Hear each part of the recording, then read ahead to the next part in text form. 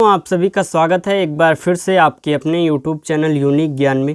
आज हम BA 4th semester में एंशिएंट हिस्ट्री का चैप्टर 5 देख रहे हैं। इसके पहले के 4 चैप्टर्स हमने आपको कराए हैं, जो कि आप YouTube चैनल पर विजिट करिए, हमारे प्लेलिस्ट आपको मिल जाएगी BA 4th semester ancient history classes.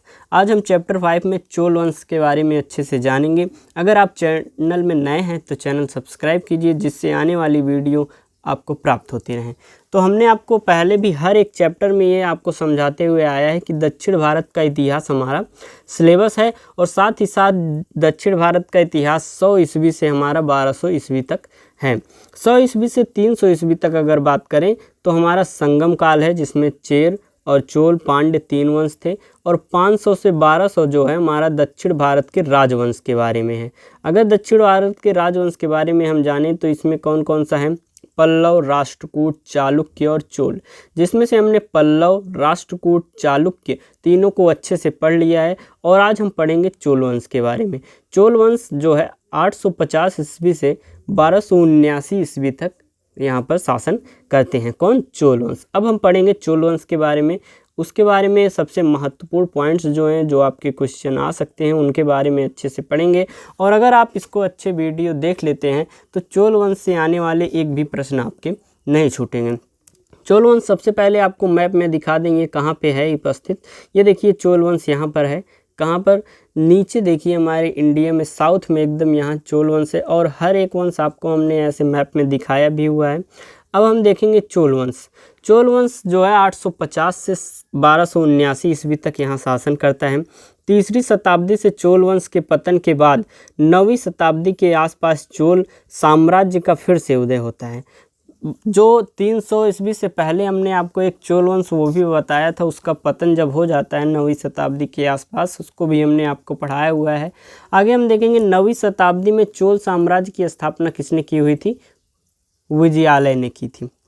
9वीं शताब्दी में जो चोल वंश था उसका स्थापना किसने की थी? उस साम्राज्य की विजयालय ने की थी, और इसे चोल वंश का द्वितीय संस्थापक कहते हैं।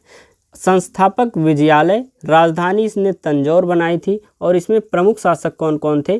प्रांतक प्रथम, राजराज प्रथम और राजेंद्र प्रथम।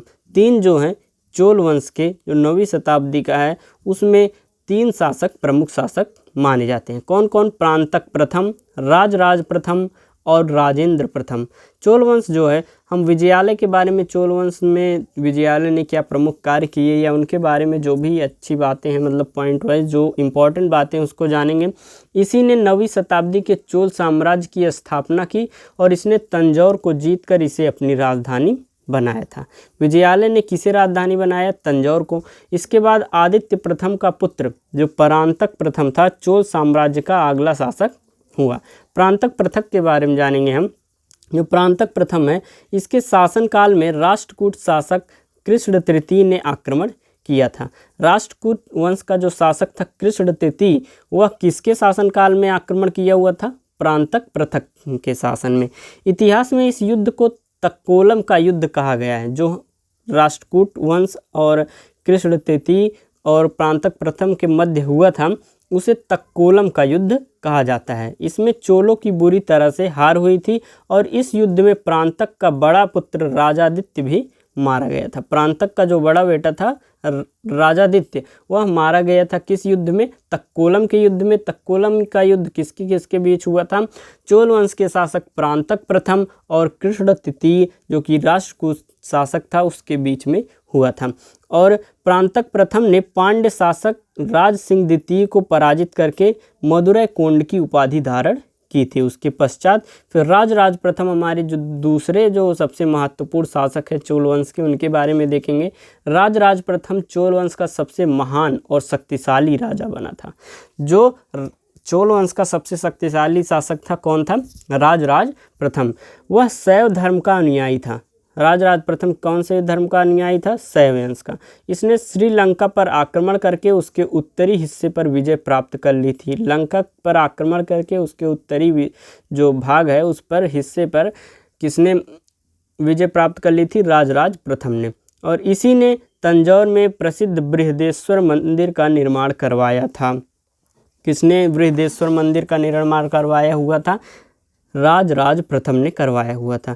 इसके बाद राजेंद्र प्रथम अगला शासक बना। ये देखिए जो शासक हैं इनके बारे में जो सबसे महत्वपूर्ण बातें हैं वही हम आपको बता रहे हैं, और ये सब अगर आप लिख देते हैं तो आपको अच्छे नंबर प्राप्त होंगे, क्योंकि हर एक शासक के बारे में महत्वपूर्ण बातें ही जो एग्जामिनर होता है वह देखता है कि इसने लिखा हुआ है या नहीं। अगले शासक हमारे राजेंद्र प्रथम। चोल धर्म का सर्वाधिक विस्तार राजेंद्र प्रथम के ही समय में हुआ था। चोल जो साम्राज्य है उसका सबसे अधिक विस्तार किसने किया था? राजेंद्र प्रथम ने। राजेंद्र प्रथम ने संपूर्ण लंका को जीतकर अपने राज्य में मिला लिया था।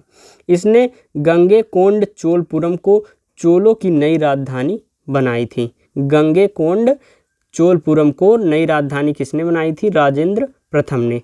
राजेंद्र प्रथम ने सुमात्रा इंडोनेशिया पर आक्रमण किया और वहां के शासक शैलेंद्र को पराजित कर दिया था। चोल वंश का अंतिम शासक राजेंद्र तृतीय हुआ। इसके बाद कोई योग्य शासक नहीं हुआ, जिसके कारण यह वंश स्वतः समाप्त हो गया। इसका अंतिम शासक कौन था? चोल वंश का राजेंद्र तृतीय जो था वह अंतिम शासक था। अब हम अन्य महत्वपूर्ण तथ्य इसके देखेंगे। इसमें क्या और महत्वपूर्ण बातें हैं? चोल वंश में भगवान विष्णु के उपासक अलवार कहलाते थे। चोल वंश में जो भगवान विष्णु की पूजा करते थे वो क्या कहलाते थे? अलवार। चोल वंश में भगवान शिव के जो उपासक थे वे नैनार कहलाते थे। चोल काल के सोने के सिक्के को कांसू कहा जाता था। चोल वंश के अधिकतम शासक धर्म शैव धर्म के अनुयायी थे। जो विष्णु की पूजा करते थे अलवार कहलाते थे, शिव की पूजा करते थे नैनार कहलाते थे, और सोने के सिक्के को यहाँ पर कांसू कहा जाता था। और सबसे ज़्यादा शैव धर्म के अनुयायी यहाँ पर थे। चोल वंश में राजा अपना उत्तराधिकारी अपने शासनकाल में ही घोषित कर देता था। आगे हम देखेंगे, हमने हर एक चैप्टर्स में आपको कैसे पढ़ा है आपको पता ही होगा। पहले हम उसके पॉइंट वाइज जानते हैं, फिर रिवीजन के तौर पर अच्छे से चोल वंश जो भी वंश हम आपको पढ़ाते हैं, जो भी चैप्टर्स, उसका रिवीजन करके पॉइंट वाइज आपको उसके महत्वपूर्ण बातों को बताते हैं। तो हमारा रिवीजन टाइम है ये। संगम साहित्य में उल्लिखित चोल वंशों में करिकाल प्रमुख था। कौन प्रमुख था? करिकाल। करिकाल को जले हुए पैरों वाला कहा गया था। चोल वंश का जो सब शासक था वह करिकाल था, उसे जले पैरों वाला कहा जाता था। कालांतर में विजयालय ने 859 से 871 ईस्वी पल्लव वंश के अवशेषों पर चोल वंश की स्थापना की थी। इस वंश की राजधानी तंजौर बनाई थी, जो कि हमने आपको बताई थी। विजयालय ने तंजावुर पर अधिकार करके नरकेसरी की उपाधि धारण की थी। चोलों का स्वतंत्र राज्य आदित्य प्रथम ने स्थापित किया था और इसकी राजधानी कोदंडराम बनाया था। परांतक प्रथम, राजराज प्रथम, राजेंद्र प्रथम, राजेंद्र द्वितीय एवं कुलोत्तुंग चोल वंश के प्रमुख राजा थे। राजराज प्रथम ने श्रीलंका के उत्तरी भाग पर अधिकार करके नए प्रांत मुम्माडी चोल मंडलम की स्थापना की थी और इसकी राजधानी इसने पोलन्नरुवा को बनाया था। देखिए आपके जो शासक हमने बताए थे उसमें जो छूटा हुआ था आपको हम यहाँ पर पॉइंट वाइज बता दे रहे हैं। राजराज प्रथम ने तंजौर में बृहदेश्वर या राजराजेश्वर मंदिर शिव मंदिर का निर्माण करवाया था। राजेंद्र प्रथम ने बंगाल के शासक महिपाल को पराजित किया और गंगैकोंड चोल की उपाधि धारण की हुई थी। बंगाल विजय के उपलक्ष्य में नवीन राजधानी गंगैकोंड चोलपुरम की स्थापना की तथा उसके निकट चोल गंगम नामक तालाब बनवाया हुआ था। ध्यान से आप सुनते रहें, आपको बहुत अच्छे से यह लर्न यहीं पर हो जाएगा।